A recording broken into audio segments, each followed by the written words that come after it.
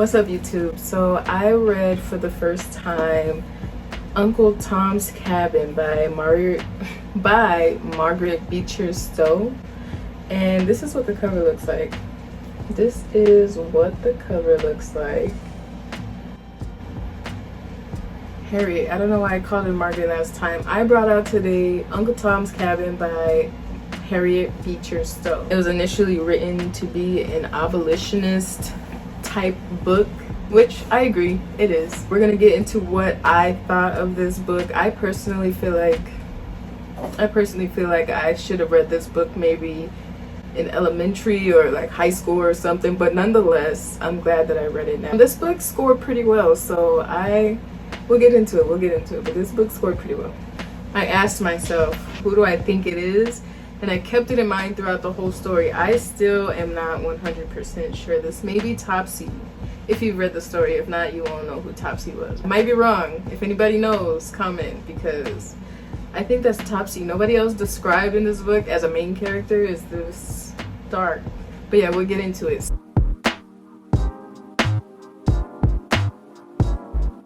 Harriet Beecher Stowe. She was an abolitionist. She grew up in a religious family, ended up enrolling into a teacher role. She wanted to become an educator, and she did.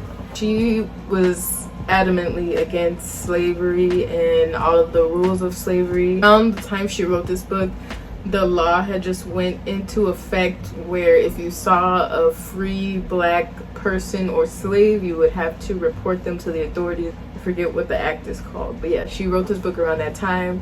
She even jokes that Abraham Lincoln told her she's the woman who started the Civil War because of this book. So there are definitely some opposing opinions and two sides to take on this story. You're either with her abolitionist mind or you're against her and you're for slavery and how the country was run back then. Yeah, Harriet, she in her time, she actually hid slaves in her own home with her husband. So her husband was down, they were on the same page, and I respect her for that. She gets brownie points. Outside of that, she moved away from where she originally lived, somewhere on the East Coast, like Connecticut, I believe, and she moved to like Florida. Her husband passed away and then her health just declined. She had dementia or Alzheimer's, and towards the end of her life, she would just kind of go around in almost like a daze where she would write pen and paper this Uncle Tom's Cabin book as if it were her first time writing it, like as if she had just thought of it. Meanwhile, this book had already been written, published, and sold at least 300,000 copies of. So during the end of her life, she started to rewrite the book as if it was a brand new idea, and she tired herself out as if she were writing a new book. So that's how she went, sadly. I decided to add some new categories to my videos, but not really. It's not really a new category, but maybe a new topic, which would also be to talk about the themes that I found within the book. I know some people have not purchased or read this book, and I thought about putting this into my own word, but there were two storylines, I want to say 2 or 3 storylines to follow, and I think it would get rather confusing if I were to be the one to explain that. So I'm just going to read the definition straight from where I purchased the book. Having run up large debts, a Kentucky farmer named Arthur Shelby faces the prospect of losing everything he owns. Though he and his wife Emily have a kind-hearted and affectionate relationship with their slaves, Shelby decides to raise money by selling 2 of his slaves to Mr. Haley, a coarse slave trader. The slaves in question are Uncle Tom, a middle-aged man with a wife and children on the farm, and Harry, the young son of Mrs. Shelby's maid, Eliza, I don't know how to pronounce it. When Shelby tells his wife about his agreement with Haley, she is appalled because she has promised Eliza that Shelby would not sell her son. The story follows Tom as he is introduced to a little girl who is angelic and the sweetest little thing anyone has ever seen. He shares his Christianity with her and ends up saving her life in an icy river. As the story unfolds, tragedy continues to follow this dear man and those he loves. He is bought and sold and ends up with another slave owner who is much more cruel. The author clearly shows that the institution of slavery, even in its most well-intentioned form, is incompatible with Christianity and any proper ethical treatment of human beings. The horror of this the horrors of this institution unfold toward the end of this book as a cruel slave owner enters the story. The story is redemptive in nature because even in almost complete darkness of his situation, Tom is able to shine the light of love toward even his mortal enemies. The idea of Uncle Tom became a political icon. It's not simply a political book for African Americans. It's an American heritage symbol that has helped shape our history. So the book definitely follows both the stories of Eliza and Tom, because the slave trader, he's owed money from Mr. Shelby, and Mr. Shelby doesn't have any money. So the slave trader comes through and he says, all right, I'll take that little boy and I'll take your most religious slave, pretty much. And the mother of the little boy, she's like, you're not taking my son. Or she doesn't want her son to get sold. She overheard them making this business deal and she runs away. Because she ends up running away, the slave trader threatens Mr. Shelby and says, if you don't find her, because he thinks Mr. Shelby helped her escape. He's like, if you don't find her, I'm gonna take your whole plantation and all your slaves versus just the two that I wanted. And so Tom, he's like, instead of making everybody suffer, I'm at least gonna go. Eliza left already, so he doesn't want everybody else to suffer. So that's the premise of where the two stories divert. I wanted to talk about what an actual Uncle Tom is, because the way that this book explains his character is a 180 of how the common man describes an Uncle Tom. So I'm going to tell you the difference personally of how I perceive it, of how Harriet perceived an Uncle Tom, and how the Daily Man perceived an Uncle Tom. How the author of this book wanted to present Tom was a forgiving, religious, faithful servant, humble servant, whether that's of a master, a slave master. And by the way, I'm going to use these words interchangeably. Slave master, plantation owner, and planter, those are, in my opinion, are all synonymous. So I might slip up and interchange the words. How Harriet wanted Tom to come off was a religious, humble, forgiving servant, whether that be to God, whether that be to a plantation owner, whoever his owner was, whether that be to his wife and to his family, whether it be to an idea that he said. He was just that type of guy. So that's what Tom was representing from Harriet's perspective in the book. And I actually like that a lot better. And I don't know where it got twisted, where the definition got twisted, but to the average person on the street, and I looked it up online because I don't want to put words into people's mouths besides my own interpretations. Uncle Tom is a person of any race, of any color, that degrades his own people. So he's a race traitor. Okay, so Uncle Tom is, in short, like a race traitor. And if you've seen Django, the movie Django, Quentin Tarantino with Leonardo DiCaprio, Samuel L. Jackson's character in that movie is probably what the day-to-day person would call an Uncle Tom. It's a double wordplay type of thing when it comes to Uncle Tom. People can use it as an insult, but in this case, it can be used to describe someone who is a faithful servant. Whether or not that comes off as a negative or positive connotation, at the end of the day, the basic root of it is a faithful servant.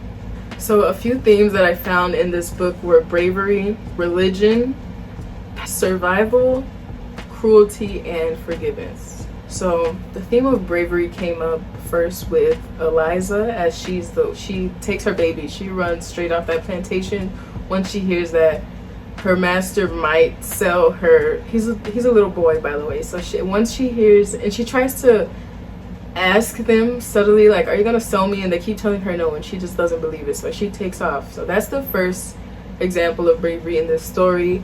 Tom, he then presents bravery when he says, all right, instead of making everybody else suffer, I'll just go, even though Eliza ran away, instead of having you all pay for what we have no control over, I'll just take this one for the team. So that's Tom, and he does that multiple times throughout the story. He takes one for the team. Religion was another big theme in this book, because it was, again, around the time of the Slave Act and things like that. So I want to say the 1800s-ish. time period. And yeah, these people were very religious. Mind you, when America started and people started migrating here from Europe, they were very religious people. And this book represents Christianity a lot, from the actual author to the actual Bible being read from Tom and Eliza's owner's son. He comes in and he reads to Uncle Tom and his family, and Uncle Tom takes his Bible with him from the point that he sold all the way out to the end of the book. And Eliza, she's a Christian woman. She tries to push Christianity onto her slave husband that she had the kid with. Eliza and Tom's mistress, the wife of the master, she was Christian. Evangeline, which is a little girl, she was Christian. So Christianity or religion is very heavy out throughout this whole book. Whether or not you believe it or not, I don't think that's the point of the story, although it did kind of tie in with the author's point, because she said if you consider yourself to be a good Christian person, whether you're man or woman, how can you agree with such treasonous actions done to human beings? Although they didn't consider black people a full human at that time, they considered black people to be 3/5 human. Harriet's argument was that how can you claim to be a Christian person of this religious faith, but you're not acting as Christ? And she has a character in this book. It is Ophelia, and she is a Christian woman. She believes in abolishing slavery. However, just because at the time, and this is my perception of the book, just because at the time some people were considered Christian and abolitionists, that doesn't mean that they wanted to share their resources with black people. So I think my understanding of racism and bigotry is kind of like overt racism, like it's straight in your face. You say slurs, hate words to people. That's bigotry. Versus racism is kind of when you don't want to share opportunities and resources with other people. So someone cannot be a bigot and still be racist, and I think that's what Ophelia stood for. She was still a racist, although she was from the north and slaves were free up there. She didn't want to sit next to a black person. She didn't want to be associated with them. You can be free, just not over here. And at that time, I believe the northerners believed not that you could be free around America, but that you could be free and go back to Africa. So a lot of abolitionists or northerners were still racist, but they weren't bigots and slave owners.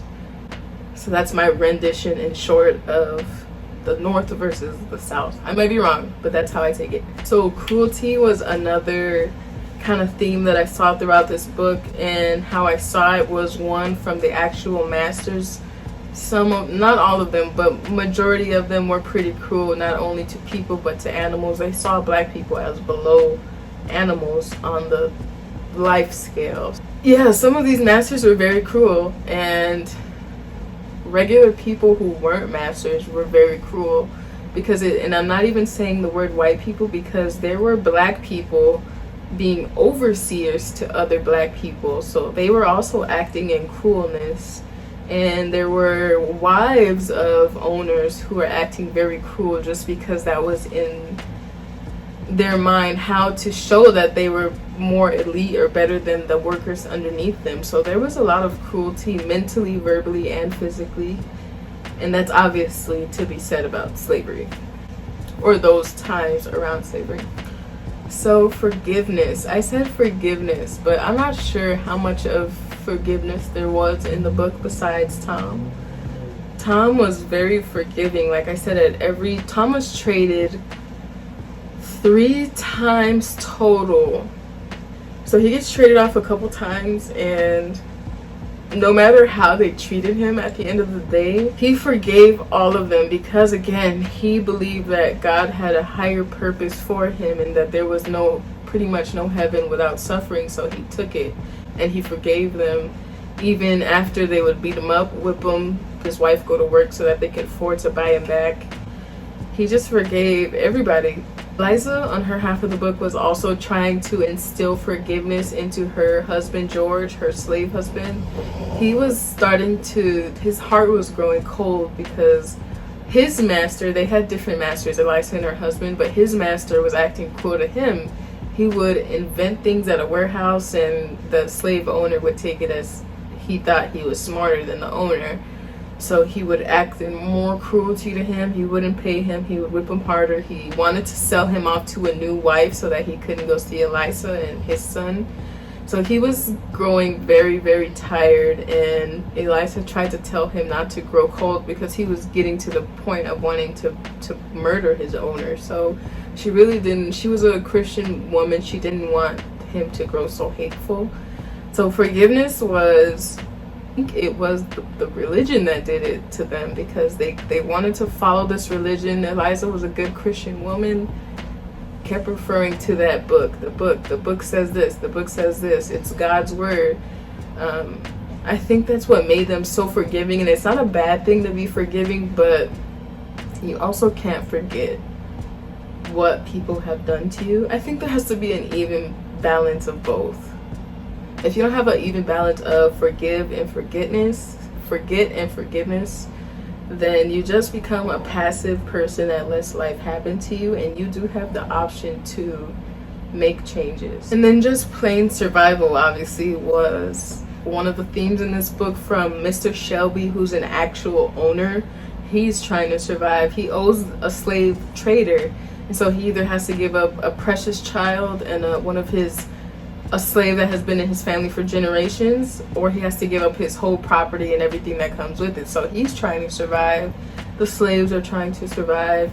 When Eliza goes off with her kid by herself, she's trying to survive. So a lot of aspects of this book are people trying to survive and ride things out, which I think is a normal part of life. So not so much everyone had dangerous circumstances of survival, but whether it be physical survival, financial survival, surviving this period of slavery and things like that, survival just played a role throughout this whole story. So I'm going to get into the rating now, and the first category is the storyline/ending.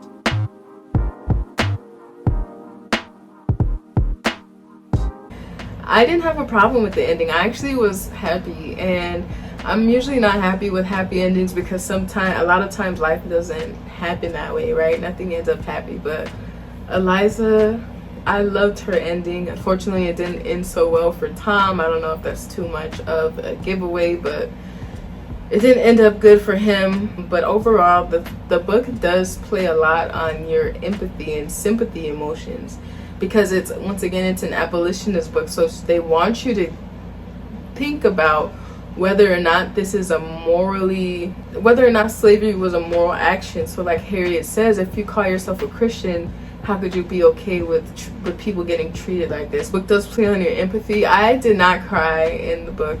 I almost did though. And I feel like it's a good book for anyone who comes from a background of conservatism in your family. Maybe if you're from the South, maybe if you're a Caucasian family from the South, this might be a good book for you to read. Personally, I don't feel like I needed any more empathy than I already do with African Americans, me being one. But this book will play on your sympathy card for African American families, not just a man, woman, or child, but families and how they were split apart. When it came to the storyline and the ending, I gave it a thumbs up. This definitely had a good storyline. I couldn't put it down, to be honest. It was a good read. I can't say anything bad about this book. It was a very good read.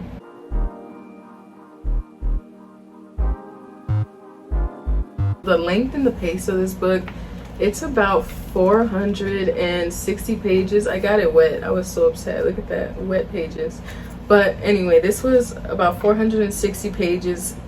Towards the end, I want to say the last 100-ish pages, I made a switch over to Audible books to listen, just to test it out. And personally, I'm not an Audible person. I have too many wandering thoughts to sit and listen to a book, because when I read it, I have to intake every single word printed. And if I don't know a word, I don't have the ability to just skip over it if it's not making sense within a sentence. I like the critical thinking factor of reading a physical book. So towards the end, I switched over to a Audible book just to listen and test out the app. overall I got the same effect towards the end. It wasn't like I missed out on anything important. Length was great. It was a quick read. It had a lot of chapter breaks, so it's not like throughout those 460 pages you're droning on and on and on. It's very easy to take a break because of all the chapters within the book. There are a lot of chapters, maybe like 40-ish. Yeah, the length, they got a thumbs up for me. I finished it in about a week. The pace, you get a lot of sentences, not a lot of run-ons, it's not too much whatsoever. It's a fiction-based book at the end of the day, so it's an easy read. I gave that a thumbs up.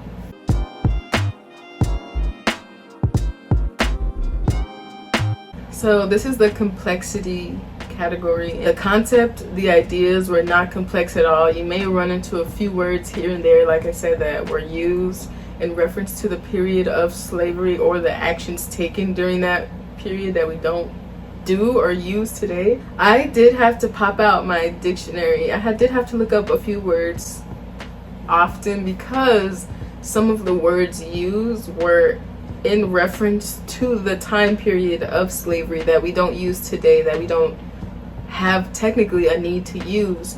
Words that revolve around slavery or slave practices. I had to look them up. So the wording was not too complicated. It wasn't a complicated story at all, but besides that, it was not complex at all. It's fiction, so fiction in my opinion is always going to be an easy read. So this was an easy read and it was not complex. I would say this book is probably for any teenager and above. I'm not going to say it's a young adult book, but it's on that level of reading. So the next category is, would I read another book by this author?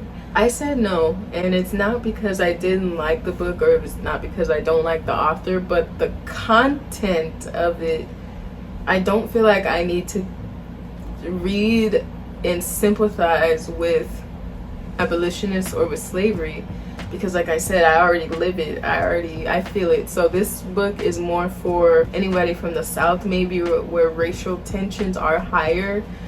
Racial tension is high in the North too, but that was the stereotype, is that racial tensions were higher in the South than they were in the North. So I don't feel like, me personally, that I would read another book, but I'm glad that I chose this book as the one book to read by the author, because I have nothing bad to say about the book at all. To read another book, for me, I'm not going to give it a pass. I'm not going to read another book. Sorry.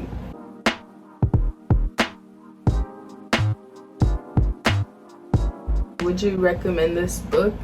There are situations where this book can be brought up and recommended, so I gave it a yes. I would recommend it in certain situations, but this is not like a top 5 read of mine, but it is a recommendable book, so I'm not gonna knock her because it is genre specific. It's almost like saying, would you recommend this romance book to just anybody? You may not recommend a romance book to just anybody. You might recommend it to your lover girl or lover boy friends, but besides that, you probably wouldn't recommend it to just your everyday Joe. So I still give it a thumbs up on the recommendation scale. Yeah, I definitely gave it a point.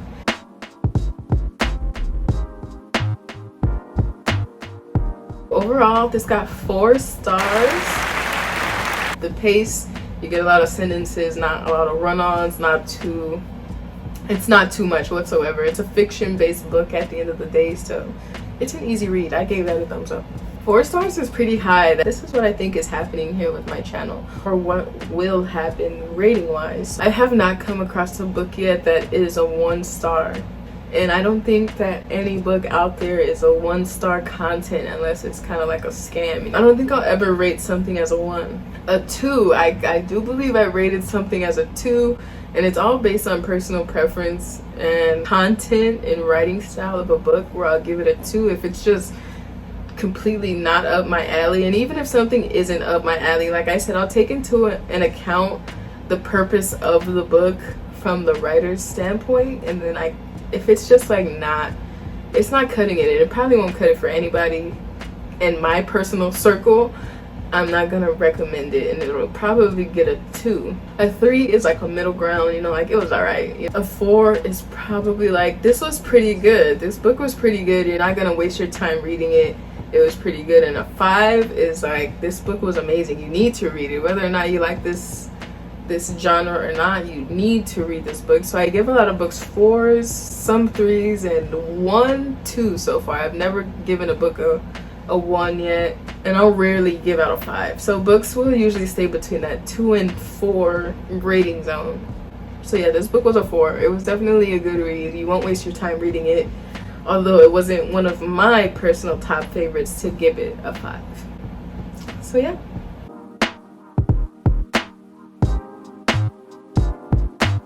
Now I'm at the part where I picked a passage from the book that I wanted to read out loud pretty quickly. The passage I chose was a scene from the book where Eliza barely escapes with her son. They send horses and dogs after her with a slave trader and a few slaves to go look for her. She stops in a restaurant. They spot her. The only way out of there is a riverbank. She's been running for a long time. Her feet are hurting, and she has to essentially hop across this river. So I'm gonna read it to you. And it's the middle of winter, so it's icy, it's cold, it's frozen, it's crazy. 1,000 lives seemed to be concentrated in that one moment to Eliza. Her room opened by a side door to the river. She caught her child and sprang down the steps towards it. The trader caught a full glimpse of her just as she was disappearing down the bank. And throwing himself from his horse and calling loudly on Sam and Andy, he was after her like a hound after a deer. That dizzy moment, her feet, to her, scarce seemed to touch the ground, and a moment brought her to the water's edge. Right on behind they came, and nerved with the strength such as God gives only to the desperate, with one wild cry and a flying leap, she vaulted sheer over the turbid current by the shore, onto the raft of the ice beyond. It was a desperate leap, impossible to anything but madness and despair. And Haley, Sam, and Andy instinctively cried out and lifted up their hands as she did it. The huge green fragment of ice on which she alighted pitched and creaked as her weight came on it. But she stayed there not a moment. With wild cries and desperate energy, she leaped to another and another cake. Stumbling, leaping, slipping, springing upwards again. Her shoes are gone, her stockings cut from her feet, while blood marked every step. But she saw nothing, felt nothing, till dimly, as in a dream, she saw on the Ohio side and a man helping her up the bank. So, I picked that passage because it honestly showed a mother's strength, but I didn't want to limit it to just saying a mother's strength, because I feel like we all have that energy inside of us when we really need it. And again, it comes down to that instinct of survival that every human has, and sometimes that energy does not pop out until you absolutely need it, like you're in a life or death situation. That passage was amazing to me because it, one, showed the length that a mother would go to for her child, and two, it showed, I don't know if I want to use the word tenacity, the tenacity she had to get herself out of there, which everybody has. Something that your base consciousness, your base self probably wouldn't do in the moment. But mind you, she's holding a baby in her arms, jumping over broken pieces of ice to cross a river that leads her into another state where these men, the slave catcher and the slaves helping him, the slave trader, and the slaves helping him, they aren't able to cross because they're not going to jump on the ice, and they also have horses and dogs with them. So she's bleeding, her stockings are ripped, her shoes are gone, so it's snowing. It's an amazing vivid picture of what not only slaves, but women had to go through back during that time. The women who dared to escape, which, mind you, Harriet Tubman was the one leading Underground Railroad. So I think it really did come down to a lot of women leading that movement back in the day, because the men were toms. They were scared. And so I think a lot of movements come from women starting them and fueling them and getting it done. So shout out to women.